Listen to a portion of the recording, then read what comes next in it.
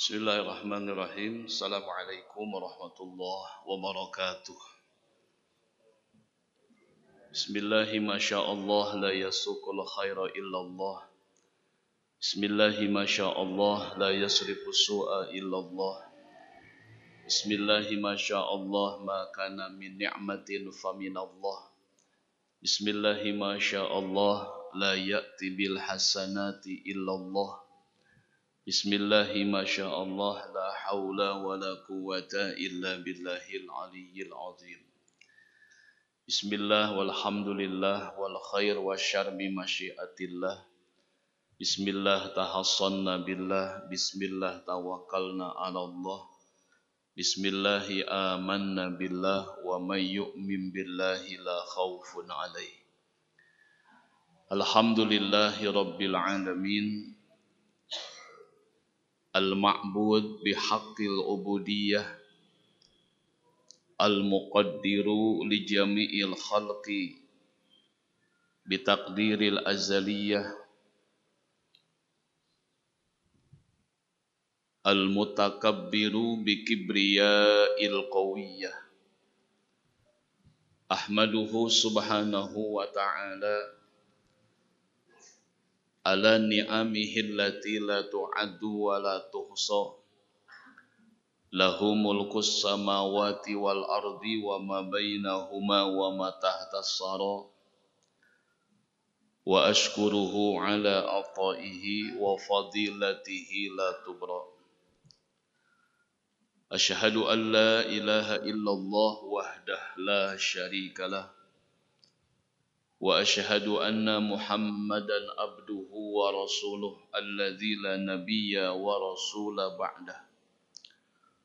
Sallallahu wa sallama ala Rasulillah Muhammad ibn Abdillah wa ala alihi wa sahbihi wa mawalah wa ala ummatihi ila yaumil qiyamah.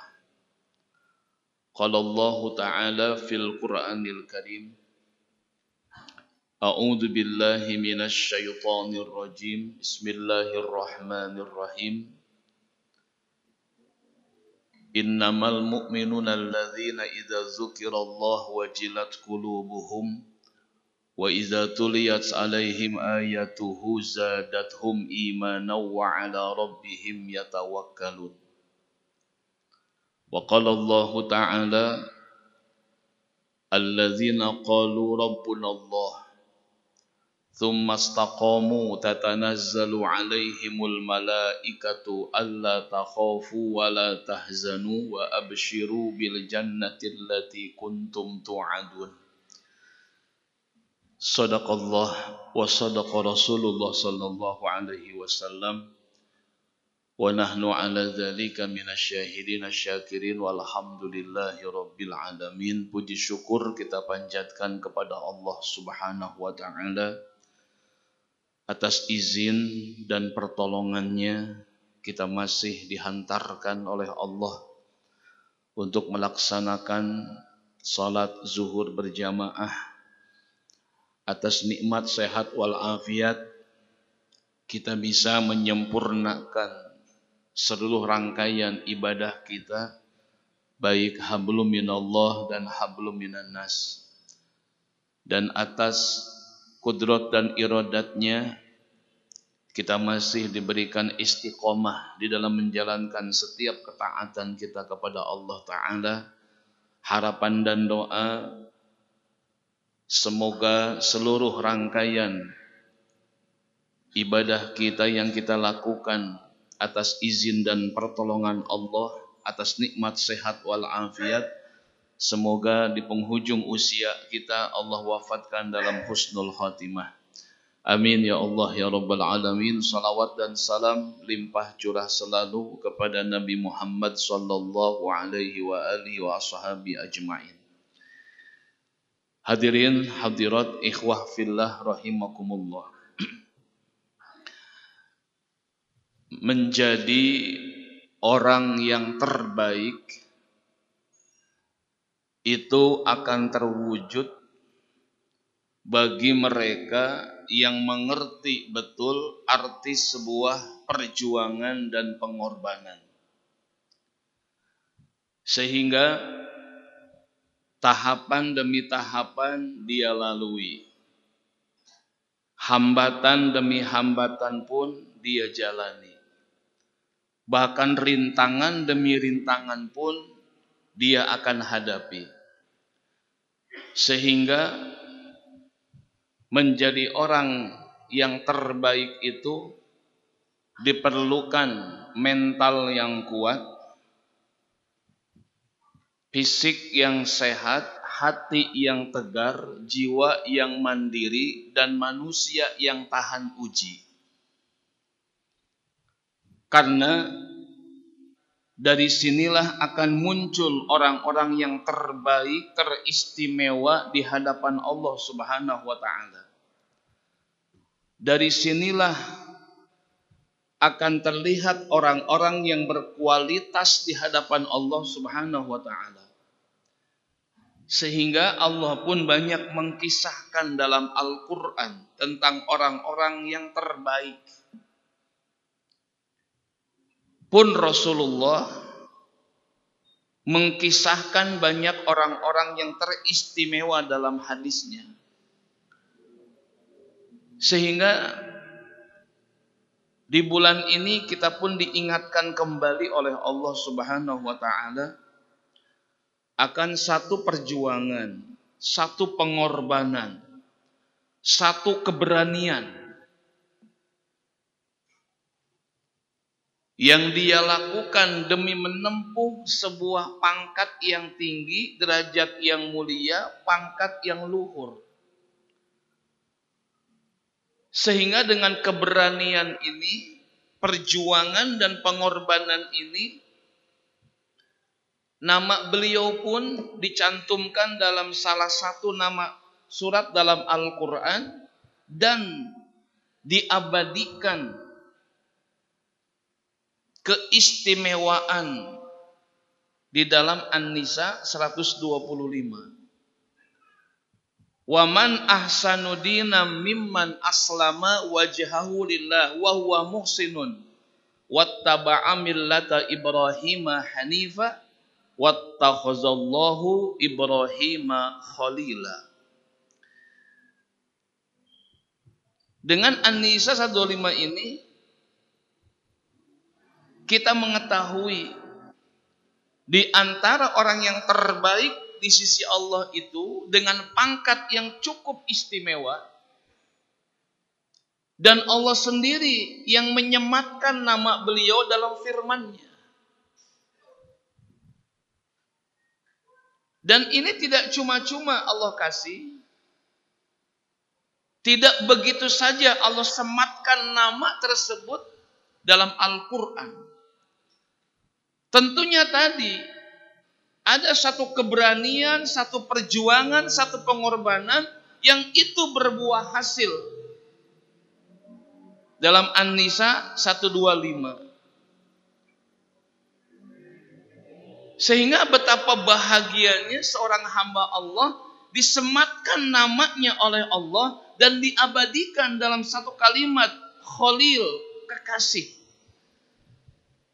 Bahkan dalam Al-Isra 78 dan Al-Furqan 28 pun ada kalimat Khalil dalam Al-Quran di 3 tempat.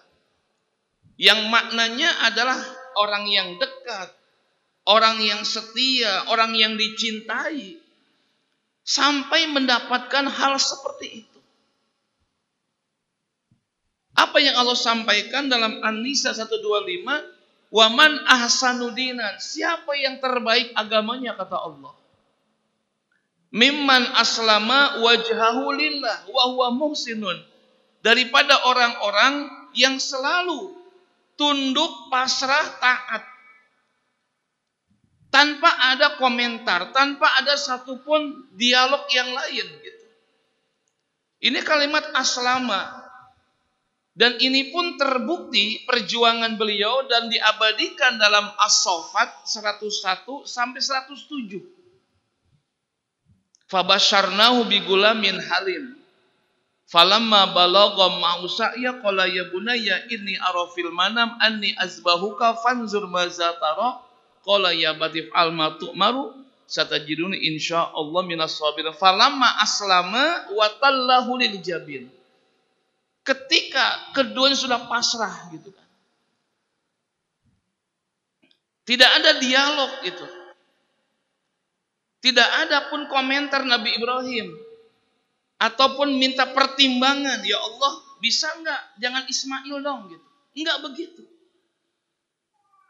Enggak ada satupun kalimat yang mengingkari, satu kalimat yang dialog ataupun minta pertimbangan, enggak ada. Itu kalimat waman ahsanudinan mimman aslama wajhah. Enggak ada pertimbangan apapun juga. Kenapa demikian? Karena Allah tidak mau gitu. Cinta Nabi Ibrahim terbagi dalam hatinya. Ketika datang Ismail dalam kehidupan yang sudah didamba-dambakan tahunan. Jadi tidak ingin Allah itu tergeser kecintaannya dalam hati Nabi Ibrahim dengan sebab datangnya Ismail. Dan tidak boleh ada dua cinta dalam hati manusia. Al-Ahzab ayat 4 pun menjelaskan ma ja'alallah lirajulin min qalbaini fi jawfi.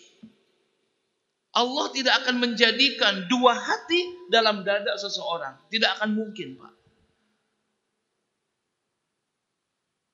Makanya Allah tidak ingin tergeser cinta Nabi Ibrahim, adanya Ismail saat itu jadi berubah, jadi berkurang. Allah nggak mau.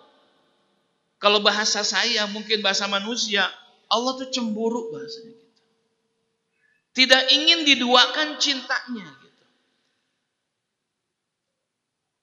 Maka dalam Al-Hajj 26 pun dijelaskan wa isbawwa'na li Ibrahima makanal bait alla tusyrika bi syai'a. Ketika kami tempatkan Ibrahim makanal bait dekat Baitullah. Apa pesan Allah pertama? Allah tusyrika bi syai'a, jangan kau duakan aku kata Allah.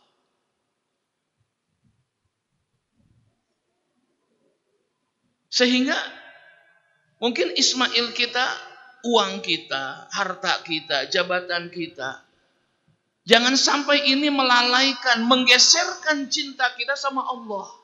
Itu maksudnya. Jangan sampai kecintaan Ismail ini menyebabkan bergesernya cinta kepada Allah. Jangan sampai keadaan kita, segala rahmat Allah yang Allah kasih sama kita, itu membuat cintanya bergeser. Gitu. Itu seperti itu. Maka Allah pesankan, mungkin Ismail kita uang kita, jabatan kita, kekayaan kita, kerjaan kita. Ini jangan sampai melalaikan. Rijalun la tulhihim tijaratu wala bai'un an zikrillah. Maka dipuji sama Allah. Seseorang yang tidak pernah terlalaikan dirinya dari tijaratun wala bai'un an zikrillah, perdagangan, usahanya, jual belinya dari mengingat Allah Subhanahu wa taala. Sehingga tidak tergesernya cinta tersebut diuji oleh Allah Subhanahu wa taala. Ternyata inna hazalahu wal balaul mubin. Ini ujian yang nyata kata Allah. Sehingga dapat kita simpulkan apa yang menjadi terbaiknya Nabi Ibrahim alaihissalam sehingga disematkan namanya dalam An-Nisa 125. Mungkin nama kita enggak disematkan oleh Allah dalam Al-Qur'an. Mungkin nama kita enggak dicantumkan dalam Al-Quran, tapi minimal dengan perjuangan pengorbanan kemarin, minimal nama kita dituliskan oleh Allah di pintu surganya Allah Subhanahu wa taala. Poin yang pertama yang menjadikan orang itu terbaik di hadapan Allah dengan pangkat yang cukup istimewa, yang pertama adalah melepaskan rasa kepemilikan yang syarat melekat pada jiwa manusia. Itu dia. Jadi bagaimana kita melepaskan rasa kepemilikan Yang syarat itu melekat pada jiwa manusia. Makanya ketika orang-orang yang melaksanakan ibadah ke Baitullah, itu ditanggalkan semua aksesorisnya, ditanggalkan semua di rumah. Hanya Allah semata di sana. Sehingga siapapun gitu ya, yang bisa melepaskan rasa kepemilikan, yang syarat itu melekat pada jiwa manusia, insya Allah merekalah orang yang terbaik di sisi Allah Subhanahu wa ta'ala. Yang berat itu Bapak, saat kita beribadah kepada Allah, segala apapun yang kita miliki hadir dalam ibadah kita, itu yang bikin berat. Ada satu cerita ya. Imam Abu Hanifah, beliau orang yang sangat kaya raya. Begitu selesai pulang dari masjid berjamaah sholat subuh, ternyata begitu sampai ke rumah, para pembantunya pun berdiri berbaris, yang tidak pernah nampak setiap hari kejadian itu. Ditanya, ada apa? Sambil gemetar, para pembantu rumah tersebut menjelaskan dengan terbata-bata. Ternyata dijelaskan bahwa semalam ada pencuri dan banyak mengambil harta di rumah ini. Ini diambil, itu diambil, dan terlihat jendelanya pun dirusak gitu. Sudah terbayang oleh para pembantunya, Imam Abu Hanifah pasti akan marah dengan semarah-marahnya karena barang-barangnya banyak yang hilang, diambil pencuri. Tapi apa jawaban beliau dengan singkatnya? Beliau katakan, mendengarkan jawab penjelasan para pembantunya bahwa semua barang banyak yang hilang, satu kalimat yang membuat tenang mereka semua. Dia katakan, yang punya ngambil lagi, diambil lagi sama yang punya. Hanya satu kalimat itu saja. Tidak ada satupun amarah, emosi, merasa rugi. Tidak Pak. Kenapa? Karena beliau merasa melepaskan rasa kepemilikan yang itu syarat melekat pada jiwa manusia. Beliau katakan, diambil sama yang punyanya lagi. Selesai. Jadi nggak ada kesedihan gitu. Contoh kecil saja, kalau kita punya uang 1 juta Pak ya, lembaran 10, kita punya, kita pegang. Begitu pagi-pagi hilang 1. Pertanyaan saya, sedih tidak kira-kira? Kenapa sedih gitu kan? Karena kita fokus yang 1 yang hilang, tidak fokus yang sisanya yang 9 lembar gitu. Itu. Makanya merasa kehilangan karena kita fokusnya yang 1 yang hilang, tapi kita nggak berpikir, nggak fokus kepada yang di tangan yang 9 lembar itu. Kenapa? Maka banyak manusia diberikan kesulitan, cuma 1 minggu saja ekonominya sulit, dia melihat yang 1 minggu itu, tapi lihat bertahun-tahun sebelumnya Allah lancarkan rezekinya, Allah banyakkan rezekinya bertahun-tahun. Tapi kenapa 1 minggu ini ya Allah sulitkan ekonominya, seakan-akan Allah itu kejam. Seakan-akan penderitaan yang sangat luar biasa. Dia nggak ingat gitu kan. Tahunan sudah Allah kasih kenikmatan, baru 1 minggu saja Allah cubit, dia sudah merasa kerugian, kehilangan, kesedihan. Itu manusia Pak. Maka bagaimana kita akan merasakan kenikmatan kepada Allah Subhanahu wa ta'ala saat seperti itu saja? Kita melihat yang 1 yang hilang, 9 lembar kita nggak perhatikan. 1 minggu kita menderita, tapi tahunan kita nikmat, kita lupakan kepada Allah. Ihwah fillah rahimakumullah. Maka saya katakan, orang yang memiliki satu nilai terbaik di sisi Allah di sini Pak. Bukan sholatnya banyak, bukan puasanya hebat, bukan. Tapi bagaimana di hatinya melepaskan rasa kepemilikan yang itu syarat melekat pada jiwa manusia. Dan itulah yang membuat kita berat untuk ibadah sama Allah Subhanahu wa ta'ala.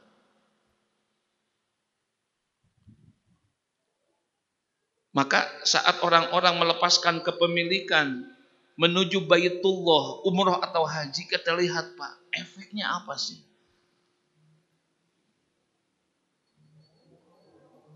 Dampaknya apa? Berangkat berjamaah subuh jam 2 sudah berangkat, Pak. Dan itu nggak pernah terjadi dalam kehidupan kita di sini. Gitu. Kenapa? Karena ringan. Segalanya kita lepaskan di tanah air. Di sana hanya Allah semata. Efek dampaknya kita lihat. Semangat menjalankan taat kepada Allah Subhanahu wa Ta'ala. Nikmat kita bernyanyi ibadah pada Allah. Tapi kembali ke tanah air.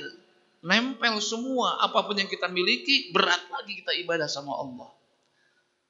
Maka Nabi Ibrahim diuji seperti itu. Agar beliau berani melepaskan rasa kepemilikan anak. Yang syarat melekat pada jiwa manusia. Itu yang pertama, yang terbaik di sisi Allah Subhanahu wa Ta'ala. Yang kedua, orang yang terbaik itu adalah orang yang meninggalkan jejak yang baik untuk ditiru oleh orang-orang sesudahnya. Maka Nabi Ibrahim berdoa sama Allah dalam Asy-Syu'ara 83 sampai 85. Rabbi habli hukma wa alhiqni bis-shalihin waj'alni lisana sidqin fil akhirin waj'alni min warasati jannatin na'im. Ya Allah, berikan aku ilmu hikmah dan pertemukan aku dengan orang-orang yang baik saja. Dan jadikanlah aku menjadi tutur kata yang baik untuk orang-orang yang hidup sesudah aku nanti. Jadi bagaimana hidup kita ini meninggalkan jejak yang baik, kesan yang baik untuk ditiru oleh orang-orang yang sesudah kita. Nabi Ibrahim meninggalkan kurbannya dengan segala perjuangannya.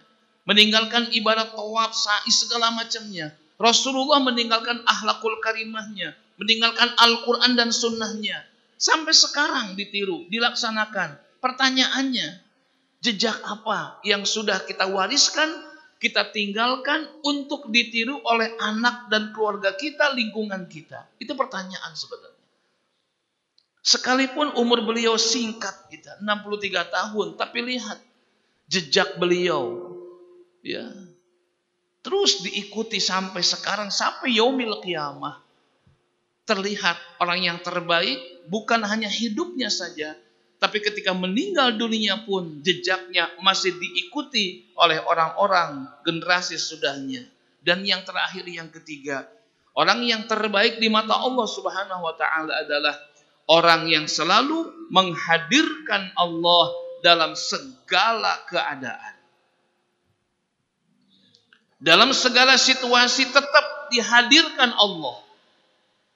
Kenapa demikian? Karena memang ada orang-orang yang hanya menghadirkan Allah dalam masa sulitnya saja. Dalam keadaan sulit, dalam keadaan segala macam kesulitan, masalah, benturan, ujian, dia dekat sama Allah. Dia hadirkan Allah. Tapi saat nanti kesulitannya sudah hilang, masalahnya sudah selesai, dan apapun sudah dijadikan kenikmatan, kita lihat Allah pun tidak dihadirkan atau ditinggalkan. Dalam Yunus 12 dijelaskan, idza massal insana dzurru da'ana li jambihi aw qa'idan aw qa'ima falamma kashafna anhu durruhu marra ka'allam yad'una ila durrim massah. Apabila manusia ditimpa kesulitan, benturan, masalah, ujian, segala macam, da'ana li jambihi aw qa'idan aw qa'ima, dia pun memanggil kami. Dalam tahajud dia hadirkan Allah. Malam dia pun menangis untuk diselesaikan problemnya, masalahnya, ekonominya, segala macam. Tetap dia dekat sama Allah. Tapi ingat kata Allah, ini manusia tercela kata Allah. Falamma kashafna anhu durrahu, ketika sudah kami singkapkan kesulitannya, kami lenyapkan segala macam penderitaannya, marra ka'allam yad'una ila durrim massah, dia pun lari meninggalkan kami kata Allah, seakan-akan dia belum pernah memohon di waktu masa sulit yang pernah dia rasakan saat itu. Sekarang sudah jaya, sudah banyak kenikmatan, tahajud pun ditinggalkan, duha pun ditinggalkan, bangun malam pun dia tinggalkan. Kapan? Ketika kesuksesan datang, Allah pun tidak dihadirkan. Ini manusia tercela di hadapan Allah dan bukan terbaik di hadapan Allah. Mau senang Allah hadirkan, mau susah pun tetap Allah hadirkan.